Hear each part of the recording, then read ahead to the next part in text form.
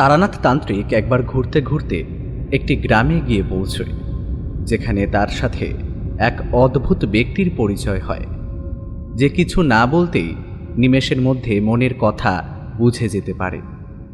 কে সেই ব্যক্তি, কি তার পরিচয়? এই সকল প্রশ্নের উত্তর পাবেন আজকের এই গল্পে।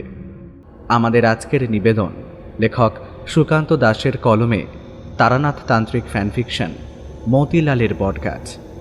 গল্পের সূত্রধার ও গল্প পাঠে শুভ। তারানাথের চরিত্রে ইন্দ্রনীল, অন্যান্য চরিত্রে কৌশিক ও পার্থ। শুরু হতে চলেছে আজকের গল্প, তারানাথ তান্ত্রিক ফ্যানফিকশন মতিলালের বটগাছ।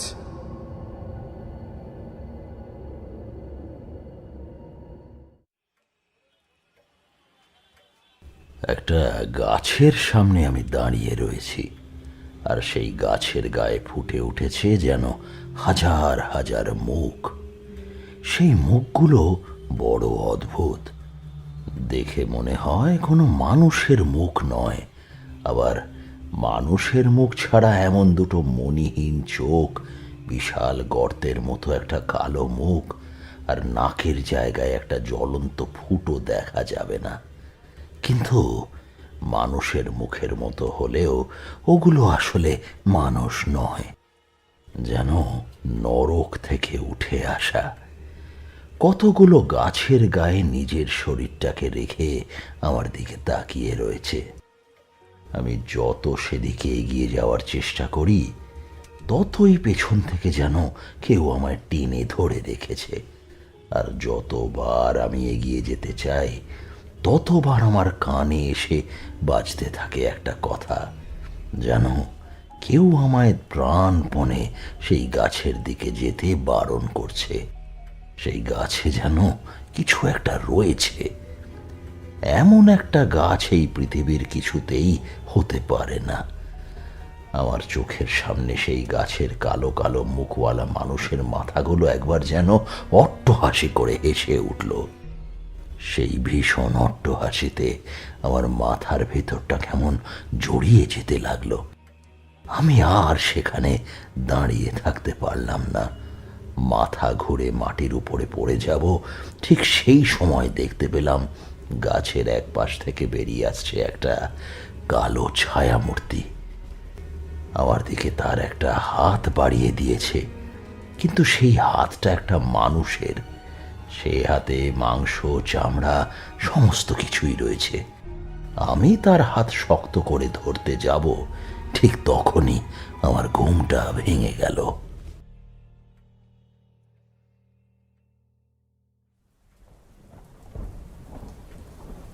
আজ সকাল থেকেই বৃষ্টি হচ্ছিল। আকাশের গায়ে লেগে থাকা কালো মেঘ বারবার নিজেদের ভার বইতে না পেরে ঝরিয়ে দিচ্ছিল বৃষ্টির জল। তবে মাঝে মাঝে একটু ফাঁকা পাওয়া যাচ্ছিল, তখন কিন্তু বৃষ্টি হচ্ছিল না। তবে মেঘ থাকার জন্য চারপাশটা অন্ধকার হয়ে রয়েছে। তাই কিশোরী যখন আমার বাড়িতে এলো, তখন তাড়াতাড়ি পোশাক বদলে নিয়ে বললাম, কিশোরী, আজ আর দেরি করা যাবে না, বুঝলে? এই তাড়াতাড়ি বেরিয়ে পড়ি, একটু পরেই আবার বৃষ্টি নেমে যাবে। বৃষ্টি নেমে গেলে তখন বৃষ্টিতে ভিজতে ভিজতে যেতে হবে। এই চলো চলো, এক্ষুনি গিয়ে ট্রামটা ধরি।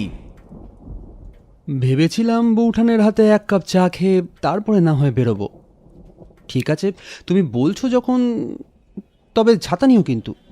আমি আর কিশোরী ছাতা নিয়ে বেরিয়ে পড়লাম।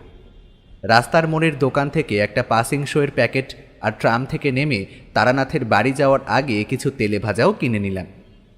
তারপর সমস্ত কিছু নিয়ে যখন তারানাথের বাড়ির সামনে এসে উপস্থিত হয়েছি, তখন দেখতে পেলাম তারানাথ তার বাড়ির সামনে দাঁড়িয়ে উঠোনের একপাশে লাগানো ছোট্ট একটা গাছের কাছে দাঁড়িয়ে কি যেন করছে।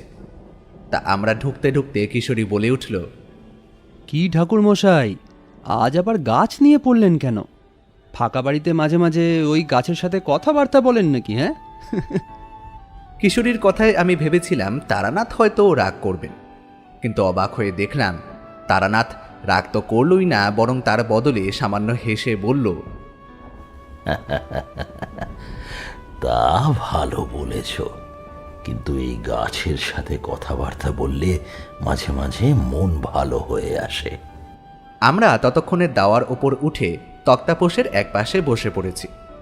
তারানাথের মুখে এমন কথা শুনে কিশোরী আরও এক ধাপ উপরে উঠে বলল, আসলে কি বলুন তো, বয়সটা হচ্ছে তো, তাই এমন সব চিন্তাভাবনা মাথায় আসছে। তারানাথ এবার বোধহয় কিছু একটা বলবে সেটা ভেবে নিয়ে আমি ব্যাপারটা হালকা করার জন্য বললাম, আরে আসুনই না, আপনার জন্য তেলে ভাজা নিয়ে এসেছি, এগুলো তো আবার ঠান্ডা হয়ে যাবে, এসে বসুন তো এখানে। আমার কথায় তারানাথ হাত মুছতে মুছতে এগিয়ে এসে তক্তাপোষের একপাশে বসল। তারপর ঘরের ভেতর থেকে একটা রেকাবি নিয়ে এসে তাতে তেলে ভাজা ঢেলে একটা মুখে পুরে বলল, আজ সকাল থেকে কি ভীষণ বৃষ্টি দেখছো। আমি তো ভাবলাম তোমরা আসবেই না। তা কি হয়, একটা ছুটির দিন, আর আপনার কাছে গল্প শুনতে না এলে যে ছুটিটাই মাটি হয়ে যাবে। তা ঠাকুরমশাই, শুরু করুন তো, তেলে ভাজা খেতে খেতেই আজ গল্প শুরু করুন। তাড়াতাড়ি ফিরতে হবে, দেখেছেন তো আকাশের অবস্থা। তারানাথ হেসে উঠল, তারপর বলল, তোমরা এত অধৈর্য হয়ে পড়ো মাঝে মাঝে, একটু ধৈর্য ধরে বসতে পারো না। তা সে তোমাদের দোষ দিয়ে কি লাভ। আচ্ছা, একটা কাজ করা যাক। তোমরা যখন গাছের কথাই বললে, তাহলে আজ তোমাদের তেমনই একটা গল্প বলি, বুঝলে। এমন একটা গাছ আমি দেখেছিলাম, সেই গাছের কথা তোমাদের না বললে অনেক কিছুই অজানা থেকে যাবে। তারানাথ আয়েশ করে তেলে ভাজা শেষ করল। তারপর একটা সিগারেট ধরিয়ে ধোঁয়া ছাড়তে ছাড়তে বলল,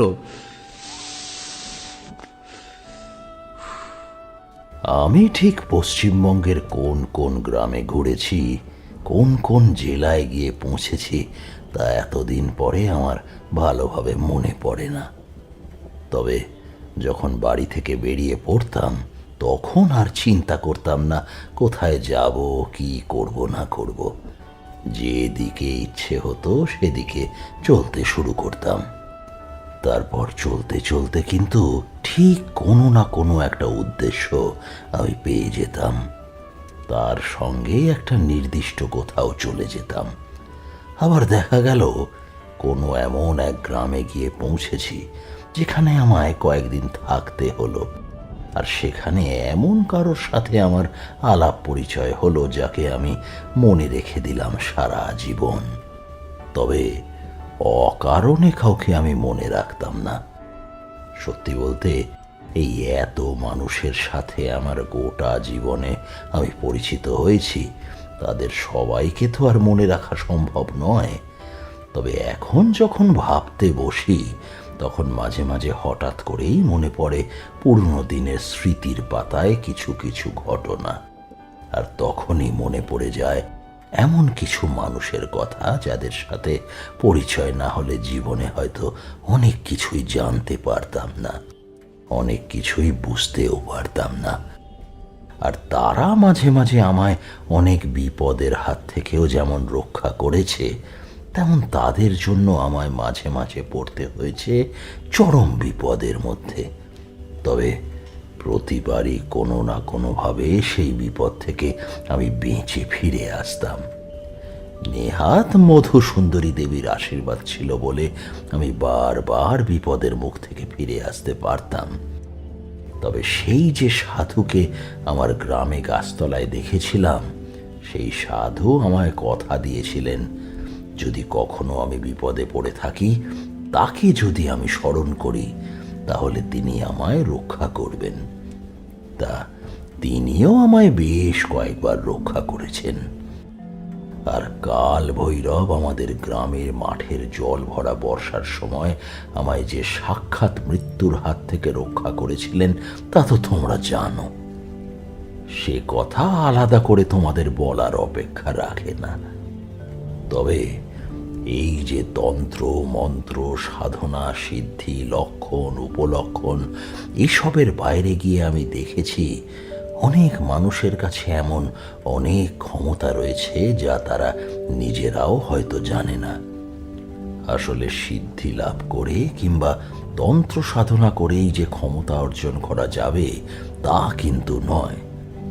এই দুনিয়ার বুকে প্রকৃতি মাঝে মাঝে কিছু মানুষকে এমন কিছু ক্ষমতা দিয়ে পাঠিয়েছেন যা তুমি সাধনায় সিদ্ধি লাভ করেও হয়তো অর্জন করতে পারবে না। তোমরা বলতেই পারো কাকতালীয়ভাবে কিংবা নেহাত ভাগ্যের ফেরে তাদের সাথে আমার পরিচয় হতো, তবে তাতে কিন্তু তাদের চেয়ে বেশি লাভ হতো আমার। এমন অনেক কিছুই আমি জানতে পারতাম যা হয়তো তাদের ছাড়া আমি জানতেও পারতাম না। ঠিক সেইভাবেই নারায়ণপুর নামে একটা গ্রামে আমার পরিচয় হয়েছিল একটি লোকের সাথে। লোকটাকে দেখলে কিন্তু সত্যি কথা বলছি, তোমার তার পাশে গিয়ে বসতে ইচ্ছে হবে না, কিংবা তার সঙ্গে দুদণ্ড কথা বলতেও ইচ্ছে হবে না। কিন্তু সেই লোকটার মধ্যেই এমন একটা আশ্চর্য ক্ষমতা ছিল যা সে নিজেও জানতো না। এক চরম ঘটনার মধ্যে পড়ে সে নিজে তার মধ্যে থাকা ক্ষমতা উপলব্ধি করতে পেরেছিল, আর তাও অবিশ্বাস্যভাবে। আমি নিজেই সেই ঘটনা প্রথমে বিশ্বাস করতে পারিনি, কিন্তু পরে অনেক অনুসন্ধান করে এবং অনেক খোঁজ খবর নিয়ে সে ব্যাপারে জানতে পেরেছিলাম। তবে সেই অভিজ্ঞতার ঘটনার শেষটা হয়েছিল বড় অদ্ভুতভাবে। তার নাম ছিল মতিলাল। এমন একটা অদ্ভুত নাম আমি এর আগে শুনিনি। আসলে তার নামটা অদ্ভুত নয়, সে তার নামটা যেভাবে উচ্চারণ করত সেটা ছিল বড় অদ্ভুত। তাকে তার নাম কেউ জিজ্ঞাসা করলেই সে প্রথমে হেসে মাথা নিচু করত, তারপর মাথা নিচু করেই তার নামটা উচ্চারণ করত, মতিলাল। তারপরে মাথা তুলত। আমি এই ব্যাপারে প্রশ্ন করেছিলাম, সে এই ব্যাপারে আমায় কিন্তু কিছু বলতে পারেনি। তবে প্রতিবার সে তার নাম বলার সময় মাথাটা নামিয়ে আনে মাটির দিকে। আর আরও একটা অদ্ভুত ব্যাপার ছিল, সেটা না হয় পরে বলবো। সেবার নদিয়ার কাছে একটা বেশ বড় সাধু সঙ্গে আমি গিয়েছিলাম। ততদিনে সাধনার পথে বেশ খানিকটা অগ্রসর হয়েছি। মনের মধ্যে ইচ্ছে রয়েছে, এর মধ্যেই সুযোগ পেলে একবার সব সাধনা করে ফেলব। তা সব সাধনা তো মুখের কথা নয়, যখন ইচ্ছে হলো আর করে ফেললাম। তার জন্য অনেক কিছু প্রয়োজন, তাও তোমরা জানো। সেই করে আর সুযোগ হয়ে উঠছিল না। যতবারই চেষ্টা করছিলাম ততবারই হয় প্রশস্ত তিথির অভাব কিংবা সঠিক সময় সঠিক সবের অভাব আমার হচ্ছিল। আর যদি এবার দুটো পেয়ে বসি তাহলে ঠিকঠাক জায়গা খুঁজে পাই না। সব সাধনা তো আর যেখানে সেখানে করে বসার মতো নয়। এই নিয়ে মনের ভেতরটা সামান্য ক্ষুণ্ণ হয়েছিল। তারপর যে সাধুর সঙ্গে গিয়েছিলাম তাদের ব্যবহারও খুব একটা ভালো নয়। তারা প্রত্যেকেই অতি উচ্চ স্তরের সাধক। তবে অতি উচ্চ স্তরের সাধকদের মুখের ভাষা মাঝে মাঝে আমি দেখেছি খুব খারাপ হয়, তা বলার মতো নয়। তাছাড়া তাদের ব্যবহার খুব একটা ভালো নয়। তাদের সাধু সঙ্গের মেয়াদ ছিল 3 দিন, কিন্তু দ্বিতীয় দিনেই আমি অধৈর্য হয়ে সেখান থেকে ফিরে এসেছিলাম। তারপর কোনো মতে সেই জায়গা ছেড়ে রেল স্টেশনে গিয়ে বসে আছি বাড়ি ফেরার জন্য ট্রেন ধরবো বলে।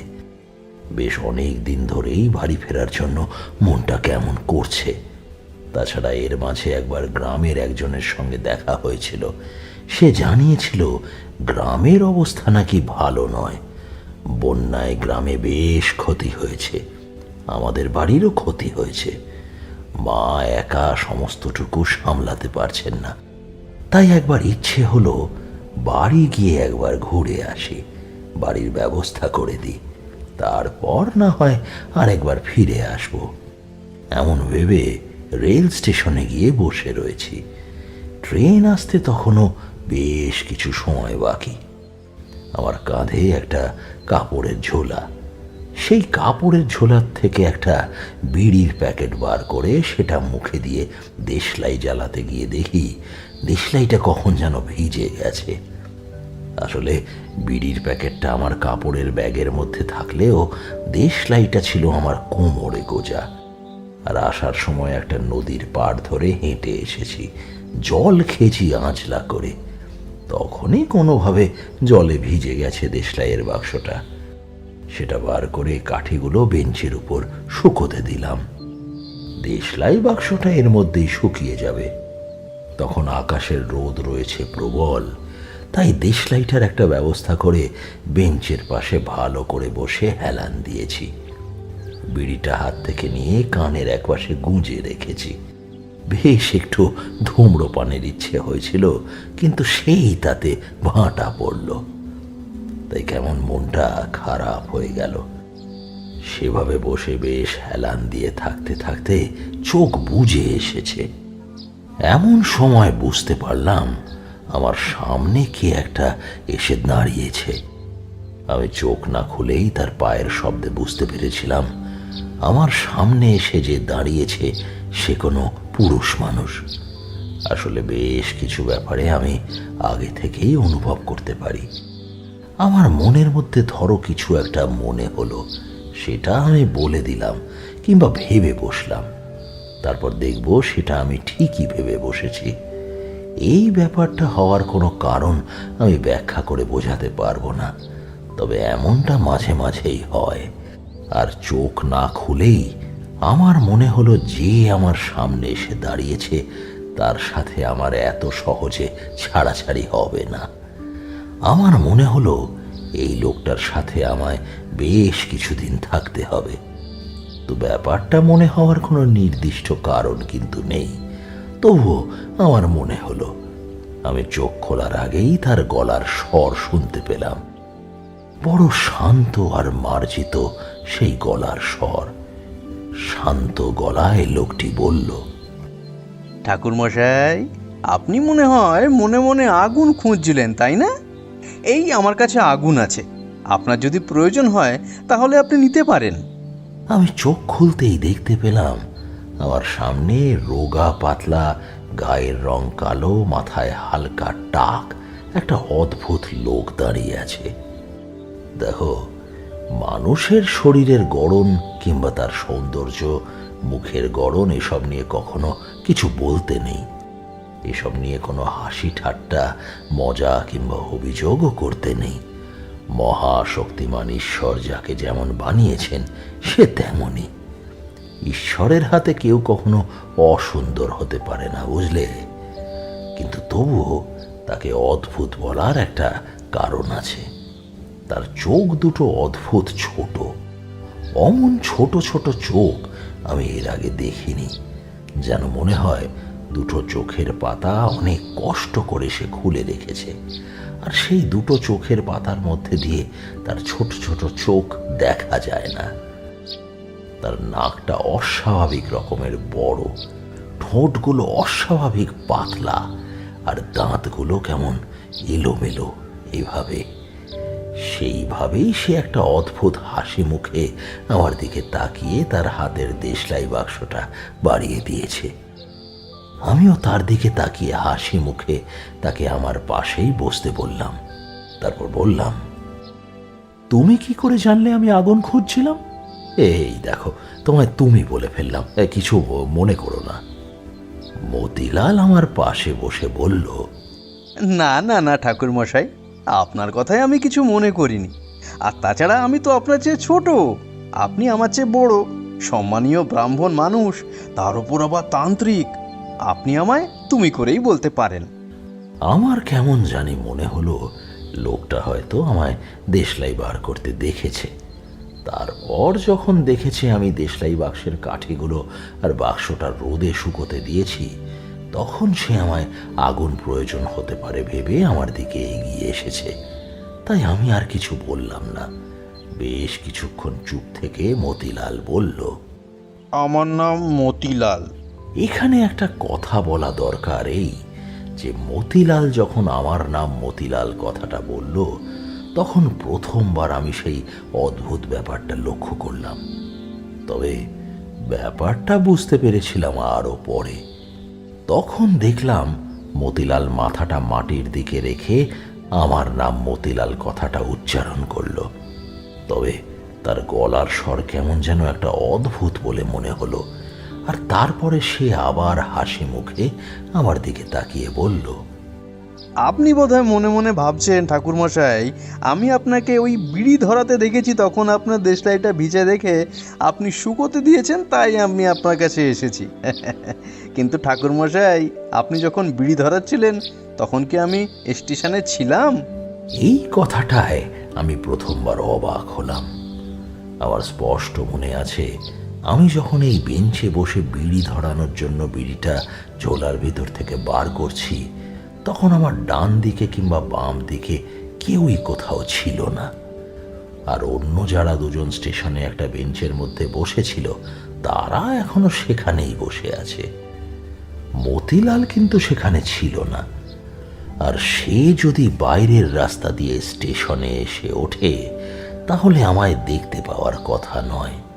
তাহলে সে কি করে জানলো আমি আগুন খুঁজছিলাম? কথাটা মনে হতেই আমি অবাক হয়ে মতিলালের দিকে তাকিয়ে দেখি সে সামান্য হাসছে।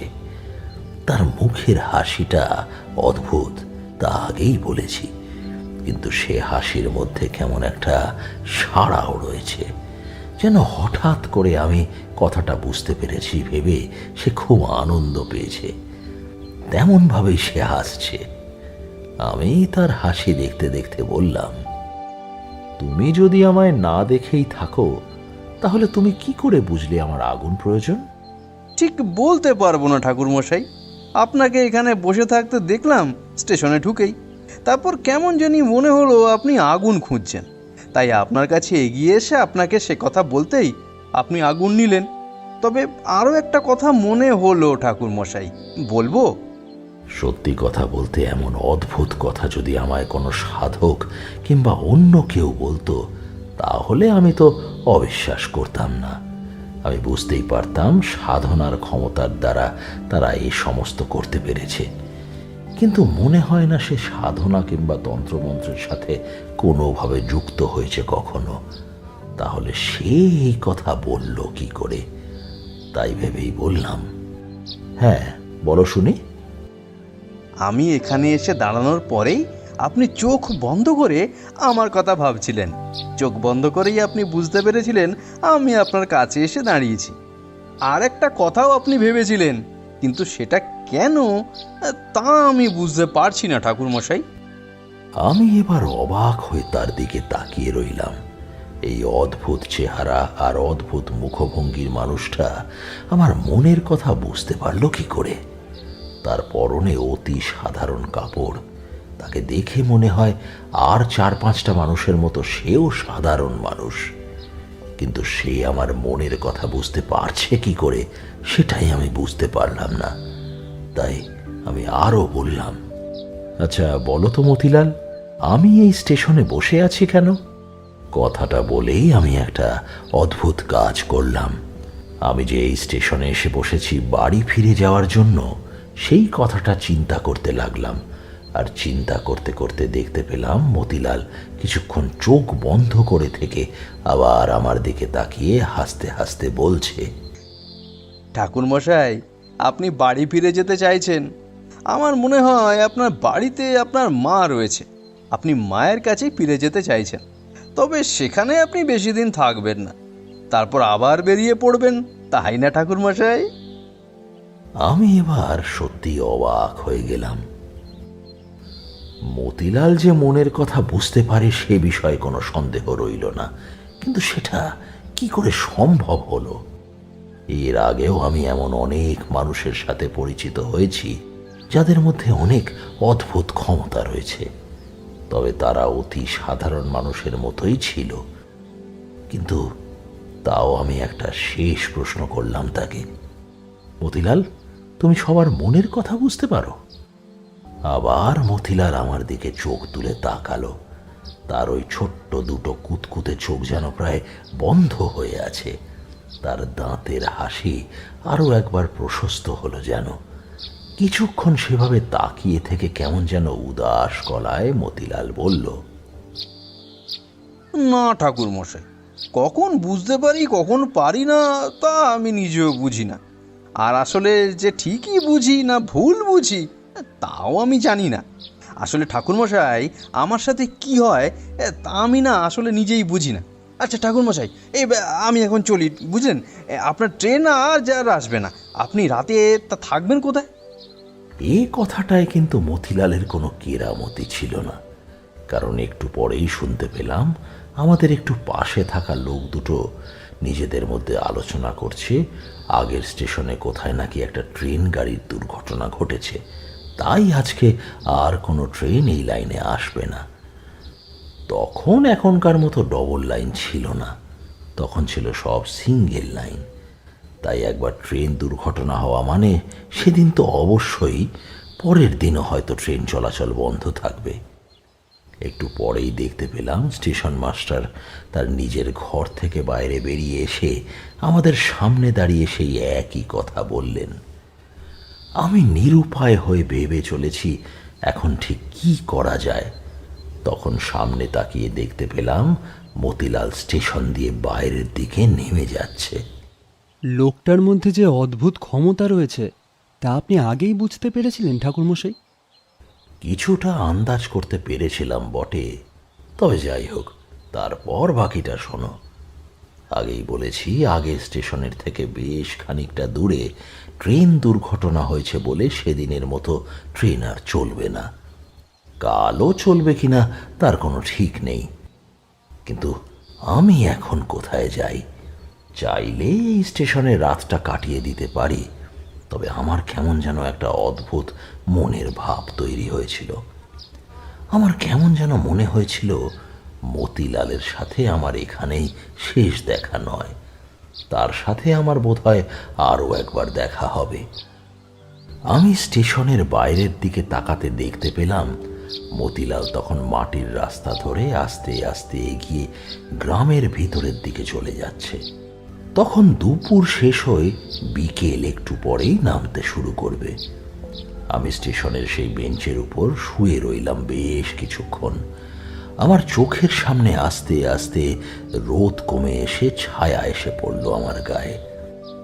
আমি যেখানটা শুয়েছিলাম তার অর্ধেকটাই রোদ এসে পড়েছিল, আর বাকি অর্ধেকটায় একটা গাছের ডালের ছায়া এসে পড়েছিল। সেই আলো আধারের মাঝে দিনের বেলায় শুয়ে থাকতে থাকতে আমার কেমন ঘুম ঘুম চলে এসেছিল। এক সময় দেখতে দেখতে আমি ঘুমিয়ে পড়লাম। একটা ঠান্ডা হাওয়া স্টেশন চত্বরে একা আমায় ঘিরে বইতে লাগলো, যেন আমার সামান্য শীত করতে লাগলো। আমি গায়ের লাল রঙের কাপড়টা টেনে নিলাম, আবার ঝোলাটা আমার মাথার কাছে রইল। দেখতে দেখতে আমি কেমন যেন ঘুমিয়ে পড়লাম। ঘুমটা যখন ভাঙল তখন চারপাশে অন্ধকার নেমে এসেছে। আমি বেঞ্চ থেকে উঠে নামতে যাব, এমন সময় দেখতে পেলাম আমার ঠিক পাশের বেঞ্চে বসে রয়েছে মতিলাল। প্রথমবার তাকে দেখে কেমন একটা অস্বস্তি হয়েছিল, কিন্তু এখন তাকে দেখে আমার বেশ ভালো লাগলো। এই স্টেশন চত্বরে তাহলে আমায় আর একা থাকতে হবে না। আমাকে উঠতে দেখেই মতিলাল বলে উঠল, ঠাকুরমশাই, আপনার জন্য এই কয়েকটা গরম গরম সিঙ্গাড়া নিয়ে এলাম। মতিলাল মিথ্যে বলেনি। তার হাতে ধরা শাল পাতায় বেশ গরম গরম কয়েকটা সিঙ্গারা, আর গরম সেটা বুঝতে পেরেছিলাম হাতে নেওয়ার পরে। তবে মতিলাল আমার বেঞ্চের পাশে এসে বসতেই সিঙ্গারার পাতাটা মাঝখানে রাখলো। তারপর আমি একটা তুলে নিয়ে মুখে দিয়ে বললাম, বাহ, বেশ সুন্দর খেতে তো, এই তুমিও একটা নাও। মতিলাল আমার কথায় হাসলো। এই অল্প অন্ধকারে তার মুখের হাসিটা এই প্রথমবার আমার কেন জানি না বেশ ভালো লাগলো। সত্যি বলতে আমার জন্য খাবার নিয়ে এসেছে বলেই বোধহয় আমার তার হাসিটা এত ভালো লাগলো। মাঝে মাঝে আমরা সামান্য স্বার্থপর হই, বুঝলে? স্বার্থপর না হলে পৃথিবীতে বেঁচে থাকা যায় না, কারণ সব কিছুর পেছনেই আমাদের একটা স্বার্থ লুকিয়ে আছে। এই যে মতিলাল আমার পিছু পিছু ঘুরঘুর করছিল কিংবা আমার জন্য সিঙ্গাড়া নিয়ে এসেছিল, তার পেছনেও কিন্তু তার একটা স্বার্থ ছিল, সেটা আমি পরে বুঝতে পেরেছিলাম। তবে আসল সমস্যাটা কোথায় জানো? মানুষের স্বার্থটা ভালো না খারাপ সেটা বোঝা। যেদিন থেকে তোমরা সেটা বুঝতে পারবে সেদিনই অনেক সমস্যার সমাধান তোমরা নিজেরাই করতে পারবে। তা যাই হোক, মতিলাল কিন্তু আমার কথায় পাতার উপর থেকে একটা সিঙাড়া তুলে নিয়ে খেতে লাগলো। খেতে খেতেই তার সাথে বেশ কিছু কথাবার্তা আমি বলতে লাগলাম। জানতে পারলাম মতিলালের কেউ নেই। তার মা বাবা অনেক দূরের কোনো একটা গ্রামে অনেক বছর আগে বন্যার সময় তার থেকে হারিয়ে গিয়েছে। তখন সে অনেক ছোট ছিল, তার গ্রামের কথাও মনে নেই। বন্যার জলে ভাসতে ভাসতে সে নাকি এসে পৌঁছেছিল এই গ্রামে।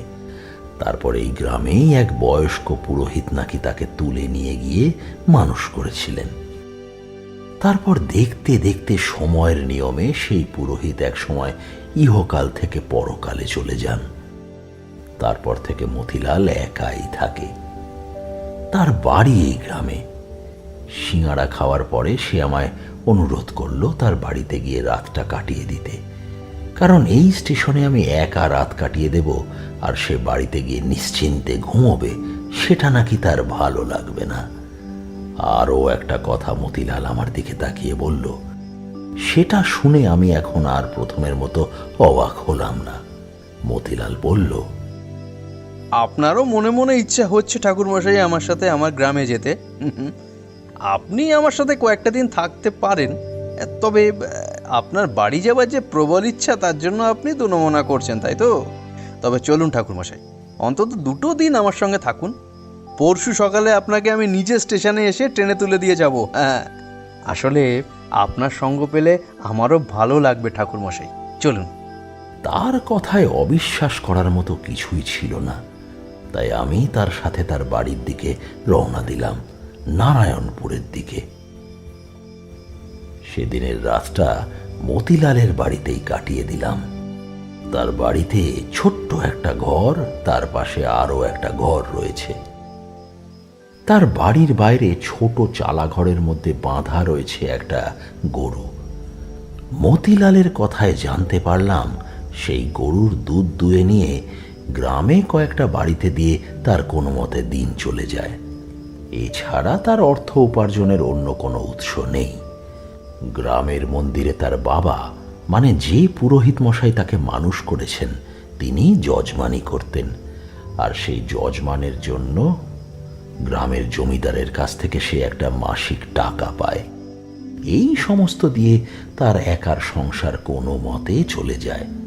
সে নিজে হাতে রান্না করে খায়, তারপর গোটা দিন আপন মনে গ্রামের পথে পথে ঘুরে বেড়ায়। সহজে নাকি কারোর সাথে মিশতে চায় না, কারোর সাথে কথা বলতে চায় না, কারণ কারোর কাছে গিয়ে দাঁড়িয়ে কিছুক্ষণ কথা বলার পরেই তার মনের কথা কেমন যেন সে বুঝে ফেলে। তবে সেটা মাঝে মাঝে, সেই ব্যাপারটা সব সময় হয় না। মতিলাল অনেক চেষ্টা করে দেখেছে ব্যাপারটা নিজে থেকে করার, কিন্তু সেটা সব সময় হয় না। হঠাৎ করে ঠিক কখন যে তার মনের কথা বুঝতে পারবে তখন সেটা নিজেই বুঝতে পারেনি। কথা বলতে বলতে মতিলালের মুখের হাসি কেমন লাগলো।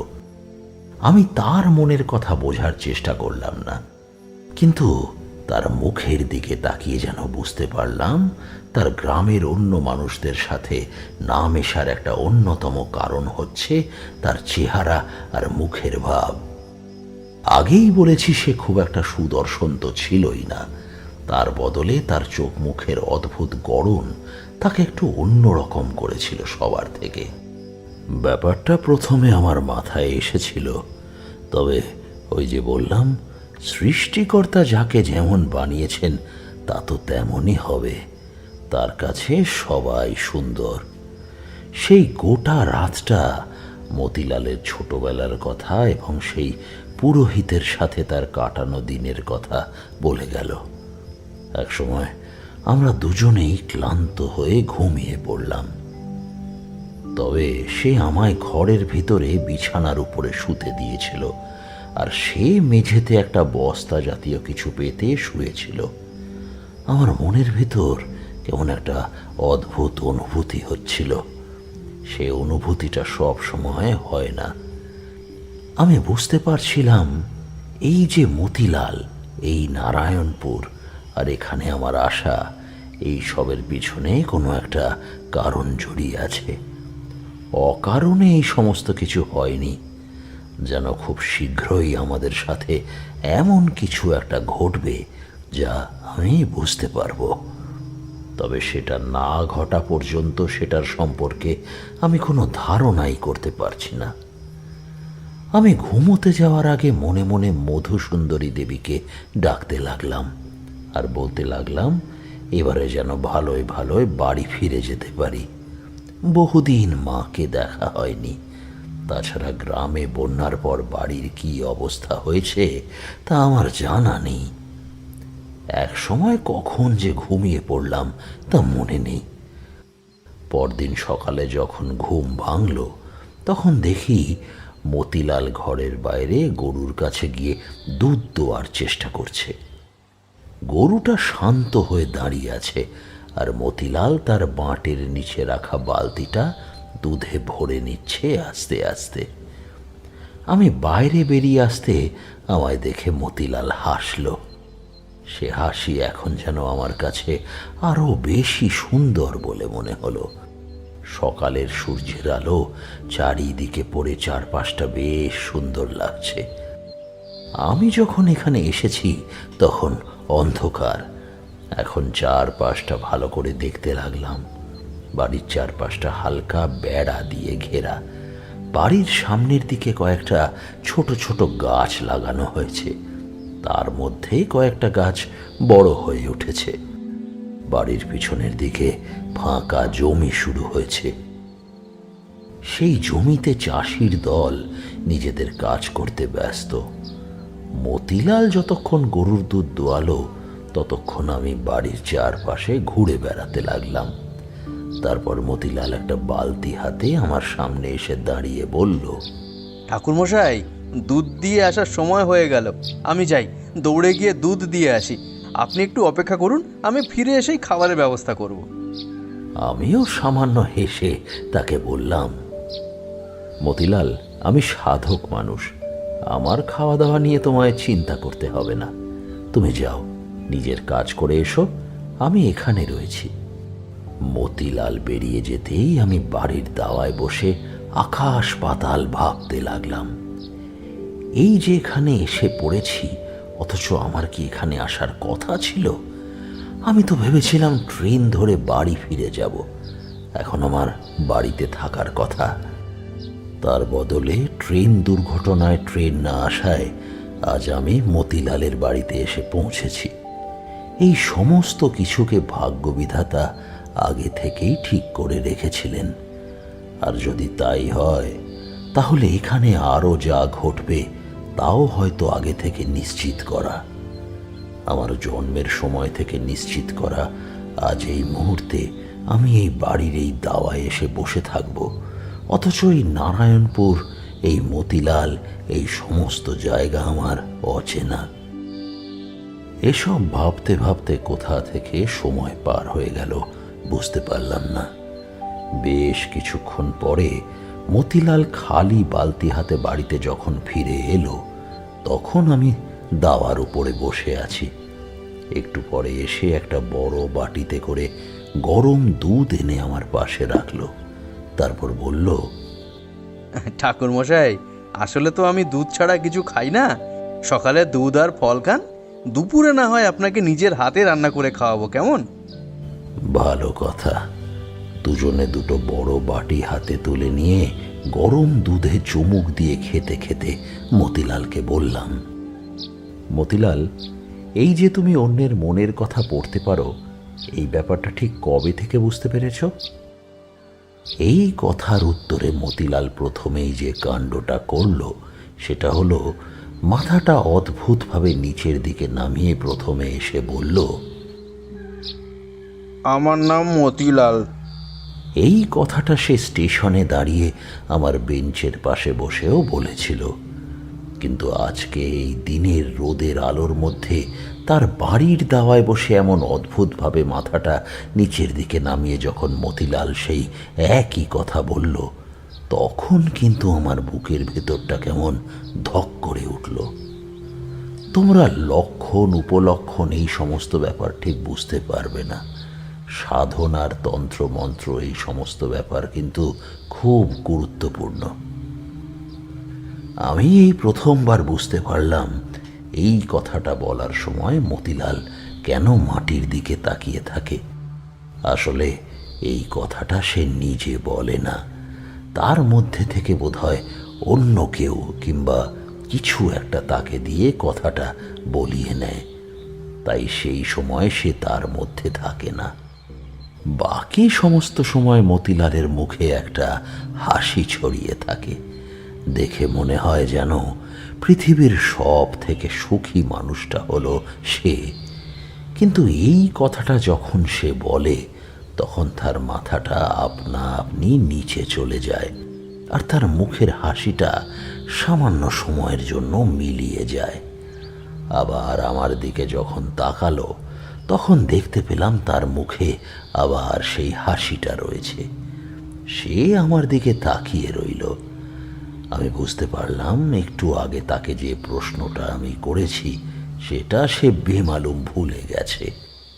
আর তার সাথে সাথেই আমার কেমন যেন মনে হলো মতিলালের এই মনের কথা বুঝতে পারার ব্যাপারটা অতি সাধারণ কিছু নয়।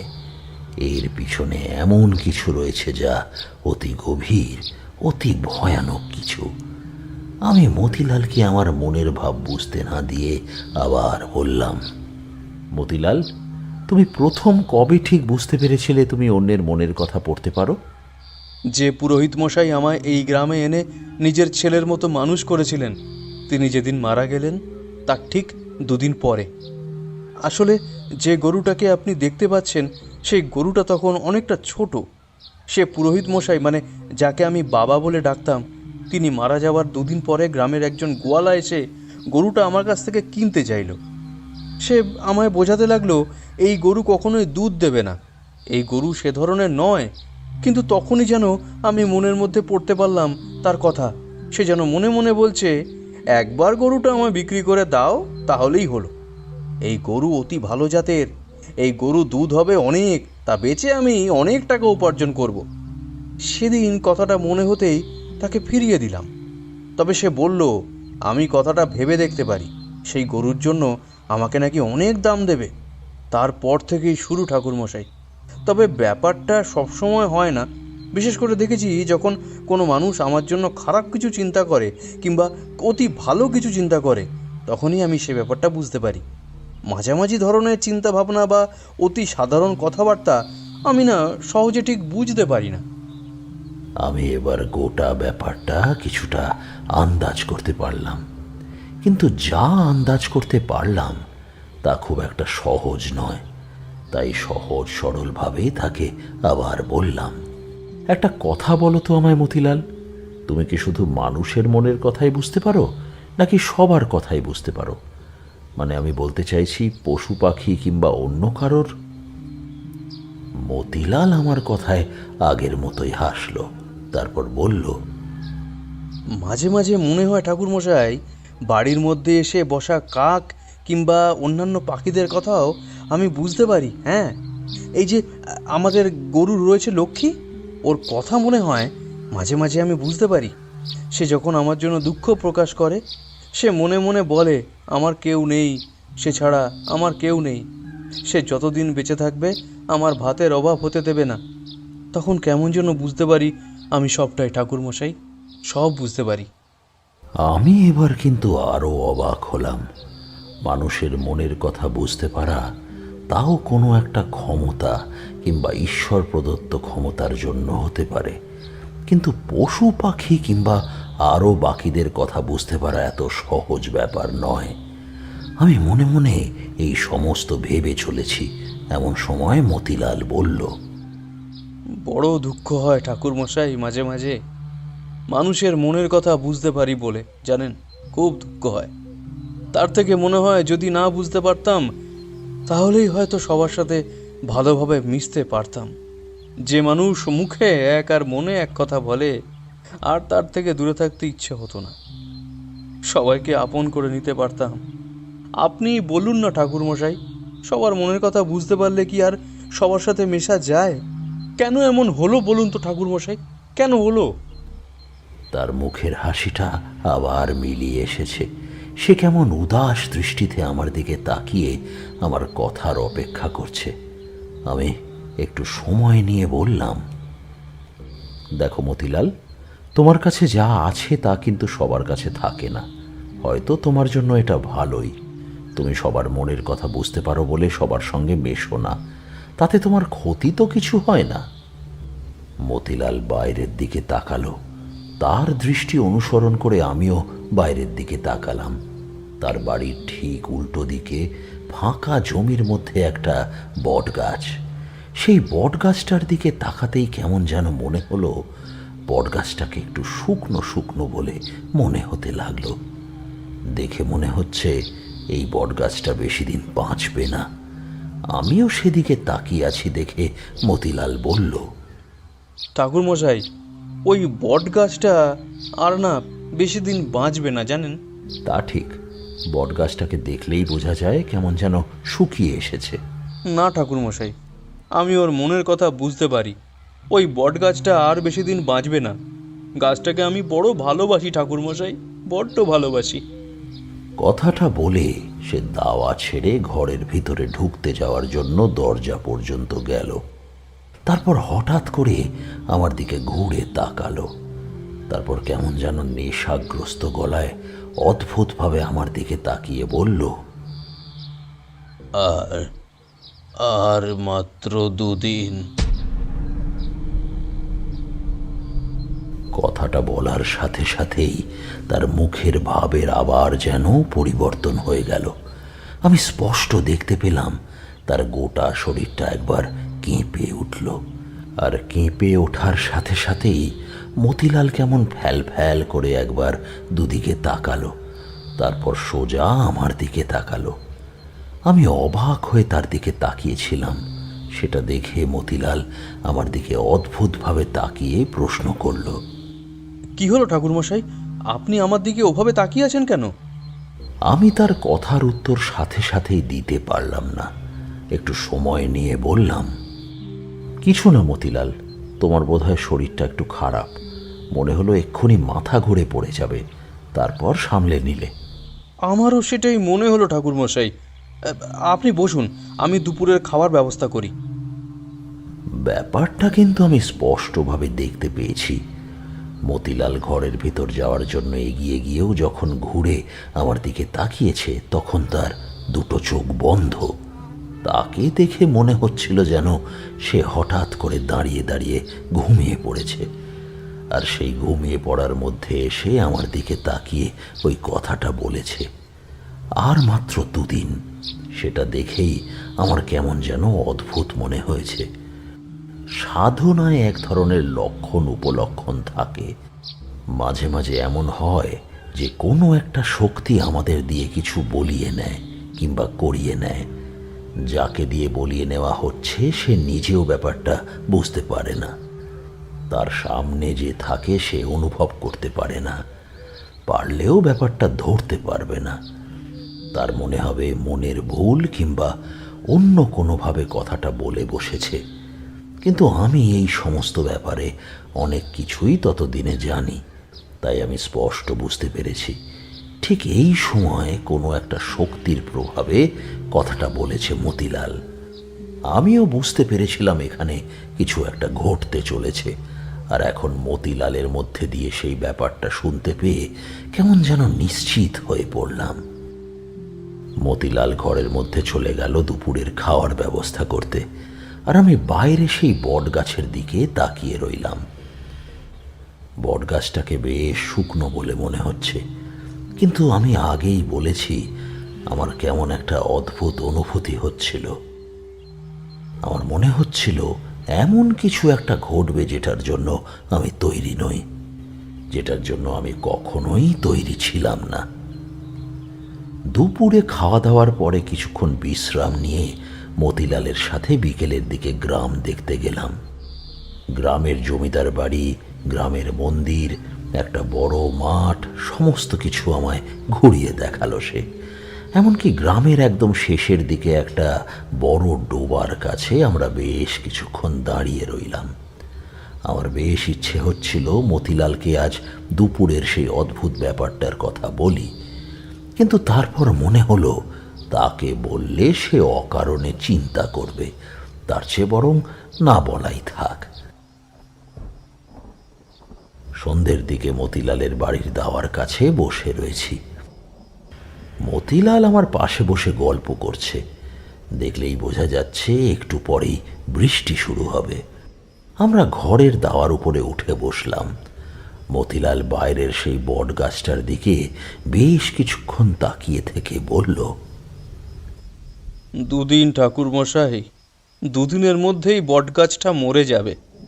কিন্তু ঠাকুরমশাই, যদি বটগাছটাকে বাঁচানো যেত তাহলে কত ভালো হতো, তাই না বলুন? আমি মুখ ফসকে বলে ফেললাম, তুমি একবার চেষ্টা করে দেখো না। আর তোমার মধ্যে তো কোনো একটা শক্তি রয়েছে, তুমি ওই বটগাছটাকে বাঁচাতে পারো কি না? জীবনে আমি অনেক ভুল করেছি, কিন্তু সেদিন যে একটা চরম ভুল আমি করে ফেলেছিলাম, সেই ভুলের মাসুল আমি জীবনে কোনো দিন দিতে পারিনি। সেদিন নেহাত খেয়াল বসে মতিলালকে ওই গাছটাকে বাঁচানোর কথা বলে বসে আমি যে কি অন্যায় করেছিলাম তা আমি নিজেও তখন বুঝতে পারিনি। কথাটা বলতে বলতে তারানাথের দুটো চোখ কেমন যেন হয়ে আসলো, যেন মনে হচ্ছিল বহুদিন আগের কথাটা ভাবতে ভাবতে সে ঠিক সেখানেই পৌঁছে গিয়েছে। আমি কিছু বলার আগেই কিশোরী বলে উঠল, কেন ঠাকুরমশাই, কি হয়েছিল বলুন তো? আর মতিলাল কি পেরেছিল সেই গাছটাকে বাঁচাতে? এসব তুমি কি বলছো কিশোরী? এমনটা আবার হয় নাকি? সত্যি কি এমনটা হয়েছিল ঠাকুরমশাই? ঠিক কি হয়েছিল তা আমি নিজেও বুঝতে পারিনি। পরের দুটো দিন একরকমভাবেই কেটে গেল। সকালে উঠে মতিলালের গরুর দুধ দিয়ে আসা, তারপর দুজন মিলে দুধ খাওয়া, দুপুরে তার হাতের রান্না খেয়ে গ্রামে ঘুরতে যাওয়া, সন্ধেবেলা দাওয়ায় বসে গল্প করা, তারপর রাতে খাওয়া দাওয়া সেরে ঘুমিয়ে পড়া। তাছাড়া বাড়িতে ফেরার জন্য একটা মন ছিল, তাই আমি স্থির করলাম পরদিন সকালে উঠে এখান থেকে চলে যাব। মতিলাল সেই অদ্ভুত শক্তির প্রভাবে আমায় বলেছিল আর মাত্র দুদিন, আর আজ সেই দ্বিতীয় দিন এসে উপস্থিত হয়েছে। আর যদি কিছু না হয় তাহলে কাল সকালে আমার এখান থেকে চলে যেতে কোনো আপত্তি নেই। কিন্তু মনের মধ্যে কেমন যেন একটা খটকা রয়ে গেল। বারবার মনে হচ্ছিল আজ রাতেই কিছু একটা হবে, কিছু একটা হবে।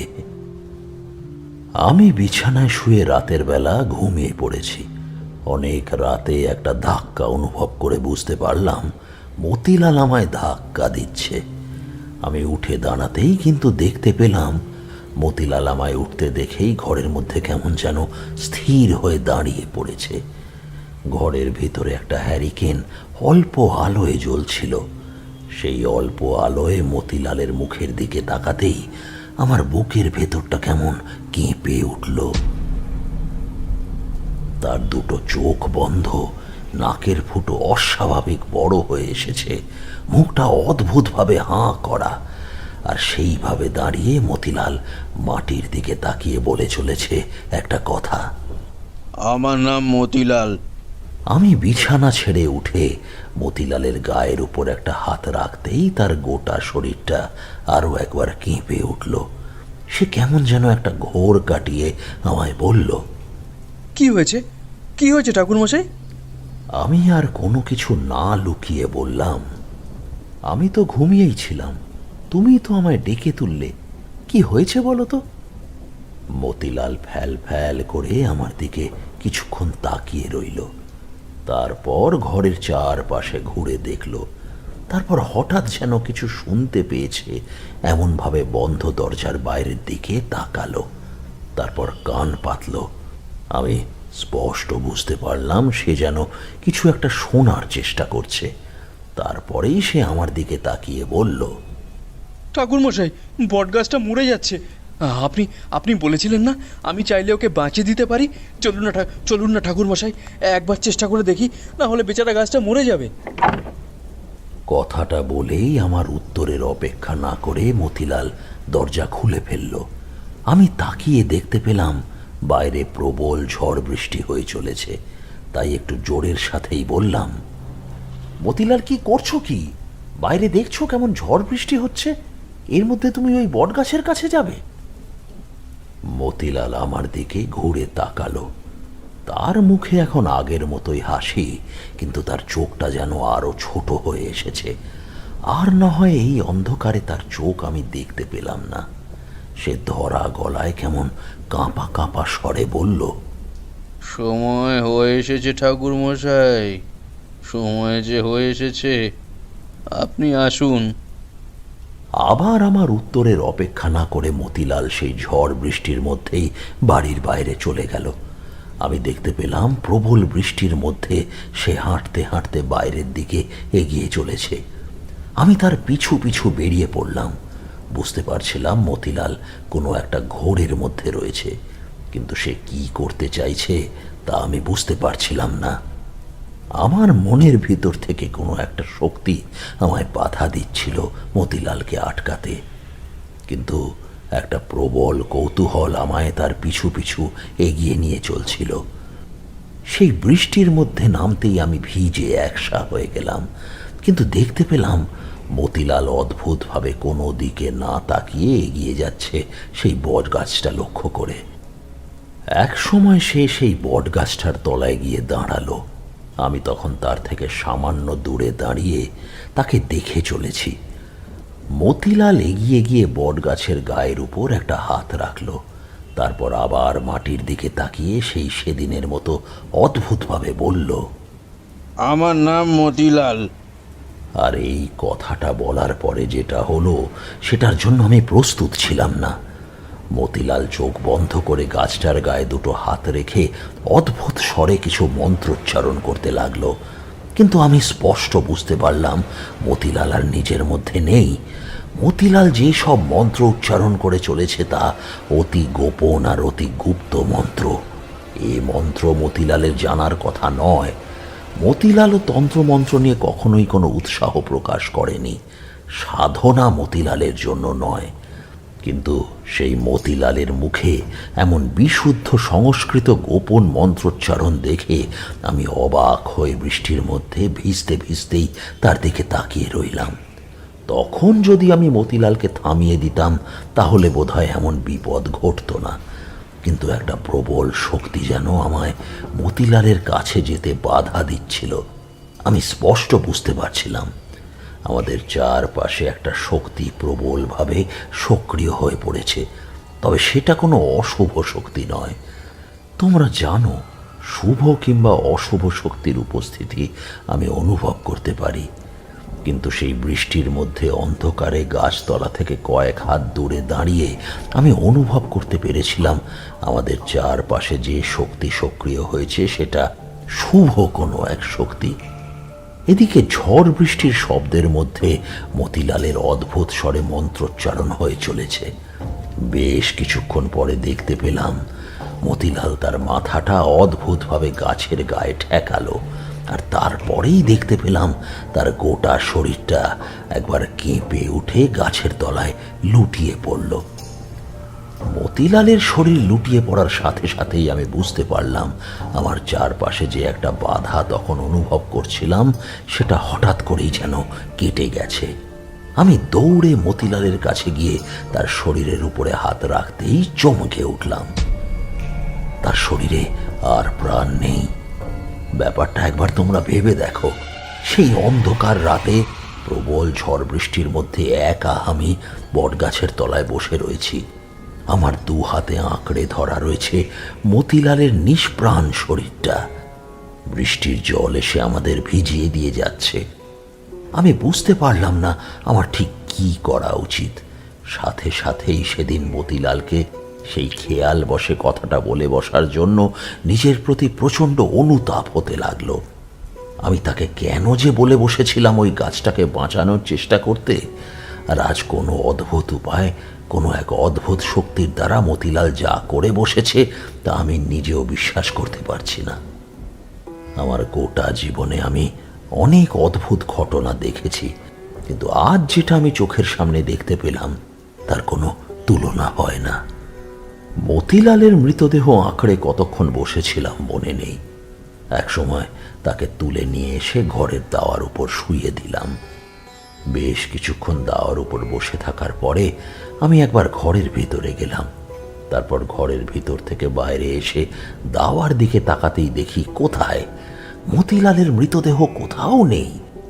সেদিন গোটা রাত আমি মতিলালের মৃতদেহ বাড়ির চারপাশে, গাছতলায়, সব জায়গায় খুঁজেছিলাম, কিন্তু কোথাও পাইনি। শেষে যখন ভোরের আলো ফুটে উঠল, তখন আরও একবার ভালো করে খুঁজে নিয়ে তারপর মতিলালের ঘরের দরজাটা বন্ধ করে তার গরুটার মাথায় একবার হাত বুলিয়ে গরুটার গলার দড়ি খুলে দিয়ে আমি সেখান থেকে স্টেশনে ফিরে এসেছিলাম। সেদিন রাতে আমার চোখের সামনে কি ঘটেছিল তা আমি সত্যিই বুঝতে পারিনি, তবে আমার মনে হয়েছিল মতিলাল কোনো একটা অদৃশ্য ক্ষমতার দ্বারা তার নিজের জীবন দিয়ে গেছিল সেই বটগাছটাকে। আমার একটা ইচ্ছে ছিল আর কিছুদিন সেই গ্রামে থেকে বটগাছটাকে দেখার। যদি মতিলালের মৃতদেহটা ওভাবে চোখের সামনে হারিয়ে না যেত, তাহলে হয়তো আমি আরও 2 দিন অপেক্ষা করে সেই বটগাছটাকে দেখে আসতাম। কিন্তু এই ঘটনার পর আর সেখানে অপেক্ষা করা যায় না। সেদিন দুপুর পর্যন্ত স্টেশনে বোবার মতো বসে রইলাম। তারপর ট্রেন আসতেই ট্রেনে উঠে পড়েছিলাম। আমার মনে আছে, বাড়িতে আসা পর্যন্ত আমি একটা কথা বলিনি কারোর সাথে। আমার জীবনের অদ্ভুত অভিজ্ঞতার মধ্যে এমন একটা অভিজ্ঞতা আমার হয়েছিল যার কোনো কারণ, কোনো ব্যাখ্যা আমি কখনোই খুঁজে পাইনি। এমনকি এর পরেও আর কাউকে আমি সেই ঘটনার কথা বলতে চাইনি। তোমরাই আজ প্রথম শুনলে। আমার কানে এখনো বাজে মতিলালের সেই কথা। আমার নাম মতিলাল।